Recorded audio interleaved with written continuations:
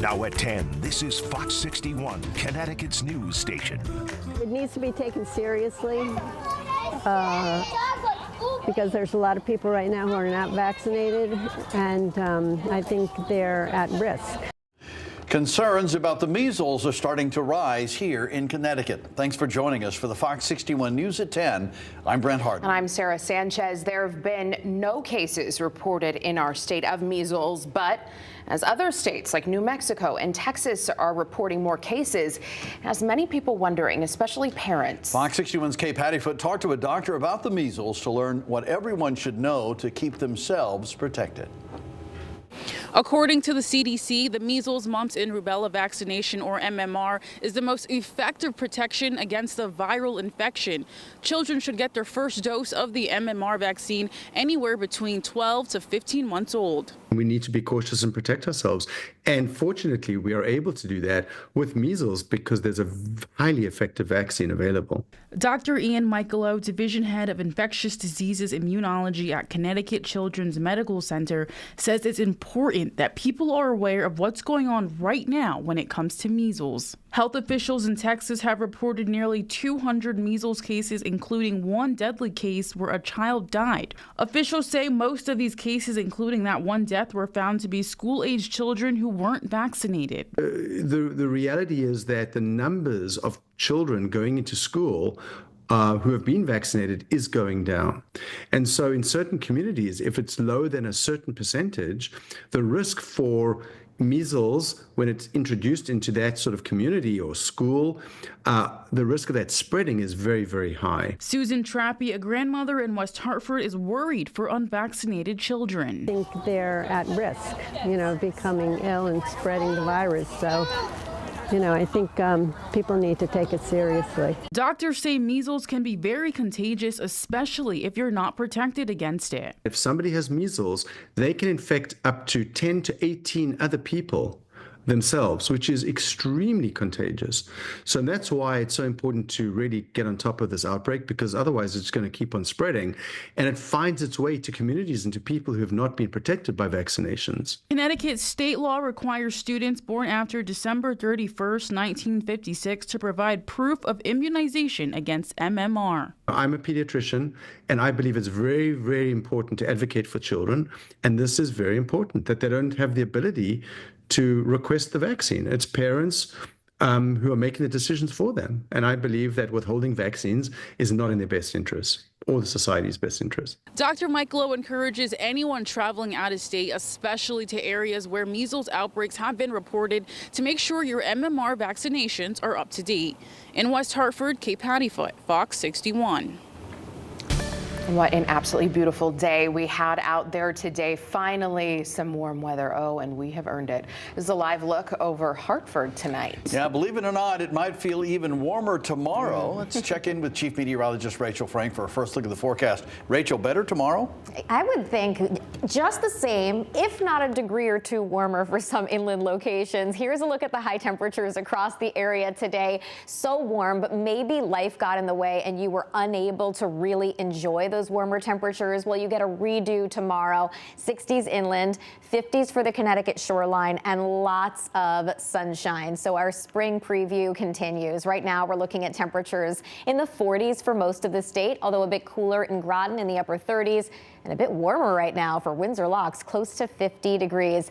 I just had to take a moment to celebrate this. The wind is calm in many areas across the state. It has been a while since we've been able to say that. Overnight lows will be tumbling back into the 30s, so it's a cool start to the day tomorrow, but another nice warm finish with temperatures climbing into the lower to middle 60s inland and mid and upper 50s for the shoreline. It might be a couple degrees cooler than it was today at the beaches because the wind will be coming out of the south, and Long Island Sound still pretty chilly. Low 50s for Groton and Mystic, but as soon as you head inland, the temperature jumps. 60 for Griswold tomorrow. We're looking at 62 in Mansfield and a high temperature in the middle 60s for Cromwell through Avon.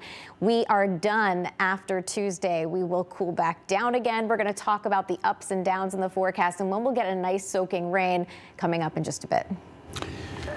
Rachel, thank you. New video shows the moments leading up to a deadly police shooting in Hartford, and it shows the moment 21-year-old William Bowen was shot by police. And we have a warning for some viewers. Some of what we're about to show is disturbing. The shooting happened Thursday on Homestead Avenue.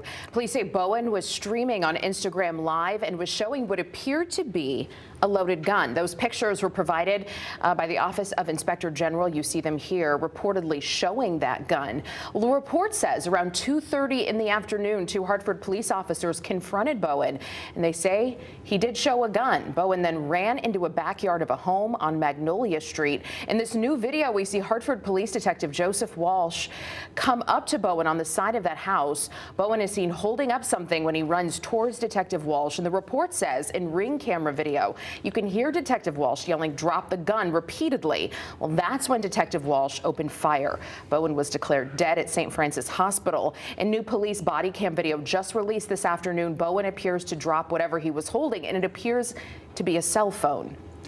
Now, in the report from the Office of Inspector General, when police later searched the area, they found a firearm on Homestead Avenue and another firearm in a backpack in the backyard he ran through. Both matched the weapons in Bowen's Instagram Live video. The Office of Inspector General is reviewing the case to determine if use of deadly force was justified. To Waterbury now, 2 Muslim students in Waterbury are recovering after advocates say they were attacked by classmates because they were wearing hijabs. Yeah, the Council on American Islamic Relations says the students are Egyptian and just moved to Connecticut not too long ago. Fox 61's Jamel Johnson has more from Waterbury. Islamophobia is an epidemic that's run rampant throughout the country for decades, and now students and staff at Wallace Middle School are feeling the impact. March 3rd, 2025 was the 4th day of Ramadan. It was also the day Farhan Memon from CARE says 2 Islamic students were targeted for their beliefs. 2 students at Michael Wallace Middle School who were assaulted brutally by their fellow classmates. They were beaten up and had to go to the hospital.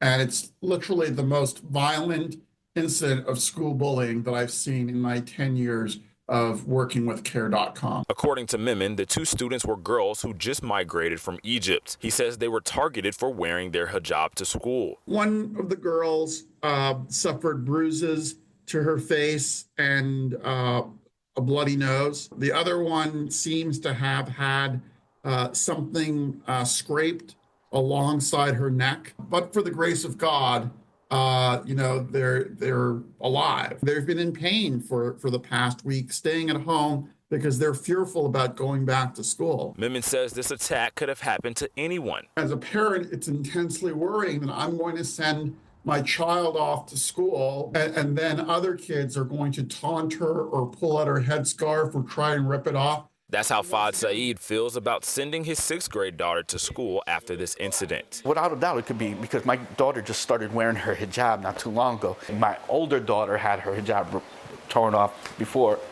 I believe it was at Crosby. But when I heard that, I kind of thought maybe it was my daughter, Yeah, it could be my daughter tomorrow. Wallace Middle School Principal Vincent Balsamo sent an email to parents after the incident that reads, "I'm writing to inform you of a recent matter where students may have engaged in inappropriate behavior towards classmates based on religious beliefs. Although this happened to be an isolated incident, our school remains steadfast in our commitment to fostering a respectful and inclusive environment for all students." Even though Farhan says this email was a good first step, he wishes it provides mention of Islamophobia. Part of dealing with the problem is naming the problem. Vaguely calling it a religious-based issue, I think, does not really underscore the seriousness of what happened. Memon tells me that CARE will be sending a letter to the superintendent's office to try to schedule a meeting with the parents regarding the investigation, a safety plan, and disciplinary action for those involved. In Waterbury, Jamel Johnson, Fox 61.